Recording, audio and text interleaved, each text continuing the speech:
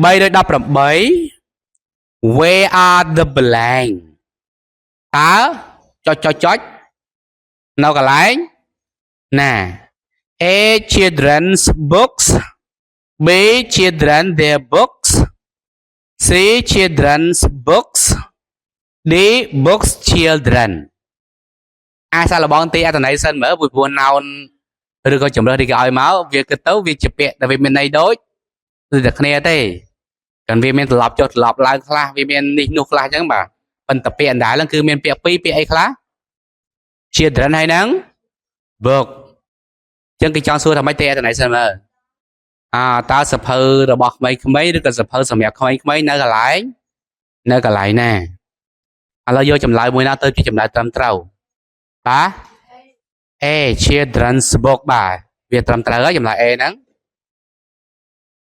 children's book តោះឥឡូវយើងបកស្រាយចម្លើយផ្សេងៗវាខុសត្រង់ណាខ្លះ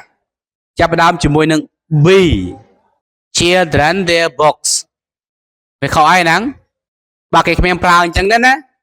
តែដាក់របស់ពួកគេហើយដាក់ their ហើយមិនដាក់ children ទៀតទេពីព្រោះ their របស់ពួកគេគឺដំណើររបស់ children តែដាក់ទាំងពីរនេះជាន់គ្នាហើយចាអាស៊ីខុសអីបាទខុសទីតាំងរបស់ apostrophe អាស៊ីវា apostrophe នៅណា apostrophe នៅពីខាងក្រោយS អញ្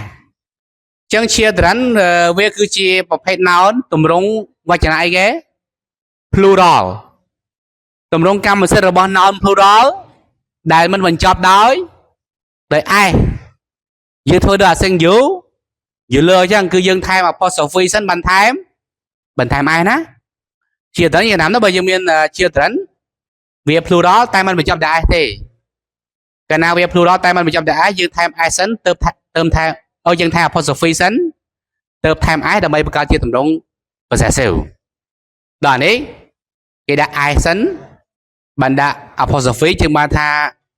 S ហ្នឹងគេថែមមក children ទៅជា plural ហើយតាមពិតអត់ទេបាទ children គឺមិនបាច់មានS ក៏វា plural ដែរវា plural ស្រាប់ហើយណាអត់មានត្រូវថែមS វា plural ទៀតទេ S កម្មសិទ្ធិវាត្រូវនៅក្រោយ apostrophe វាមិននៅមុខចឹងទេបាទហើយចម្លើយ D ខុសអី D បាទបើខុសទីតាំងបញ្ជាបាទបញ្ជាម្ចាស់កម្មសិទ្ធិត្រូវនៅពីខាងណាម្ចាស់វត្ថុនៅណាម្ចាស់វត្ថុបាទប្រើទម្រង់ apostrophe ម្ចាស់នៅមុខឥឡូវយកម្ចាស់ដាក់ក្រោយចឹងខុសហើយជាងប្រយោគដែលបានវាត្រូវ Where are the children's book ដែលបានថាតើសភៅរបស់ក្មេងៗឬក៏សភៅសម្រាប់ក្មេងៗនៅណា